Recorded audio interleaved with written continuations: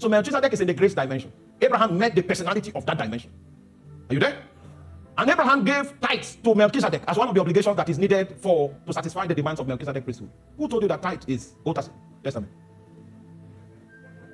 I just want you to think. Who told you?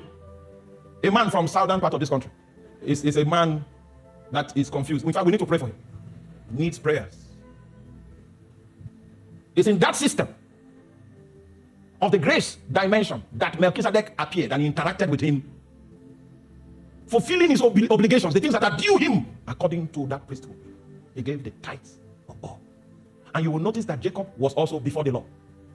You are not with me? How many of you have read the book of Genesis chapter 28? He downloaded giving God the 10th part by revelation, not because his grandfather told him. It was the same scope of grace that he encountered, and the obligations under that priesthood became clear to them. So I'll give you a text. Before the law even came.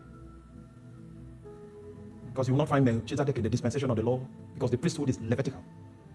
And then when you come into the era of grace, and all the curtains are opened in the book of Hebrews, you begin to understand our own priesthood, then the imagery of Melchizedek comes again out of hiding, and all the obligations that are accrue to it, they apply. So I pay tithe. Yes, and I will do, and my son will pay tithe, and my daughter, and their sons, and their daughters will pay tithe. The only thing about me is that I have moved from tithing. I have moved to the era of consecration. Because in the New Testament, Jesus paid your bride price by the value, by measures of his blood. Because of that, you are his property. So the demand in the New Testament is superior to tithing, 10%. It is consecration. That means God owns all and God must have all. However, you will not enter into that level of consecration by accident. You will start with tithing first, 10%. Because the law was a schoolmaster to lead us to Christ. You will never fulfill the demands of consecration until you begin with 10%. 10% is elementary school. Meanwhile, that was a hallmark of spirituality in the Old Testament, but it's elementary for us. You can't take it away. Because Jesus himself did not take it away. In the book of Matthew chapter 23, verse 23, Jesus said, you pay the tithe of Amin, of Cumin, and Anise. And you have forgotten the weightier matters of the law. Put it on the screen. Who want to use scribes?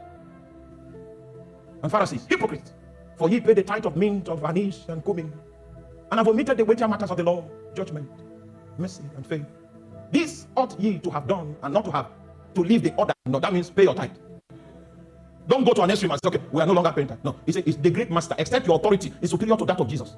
That's when you can nullify this. I don't know where strangers came from in the body of Christ that can see what Jesus said, and immortal is still speaking. How I wish the days of glory will come back so that people will die on the pulpit as they are saying those kind of blasphemies.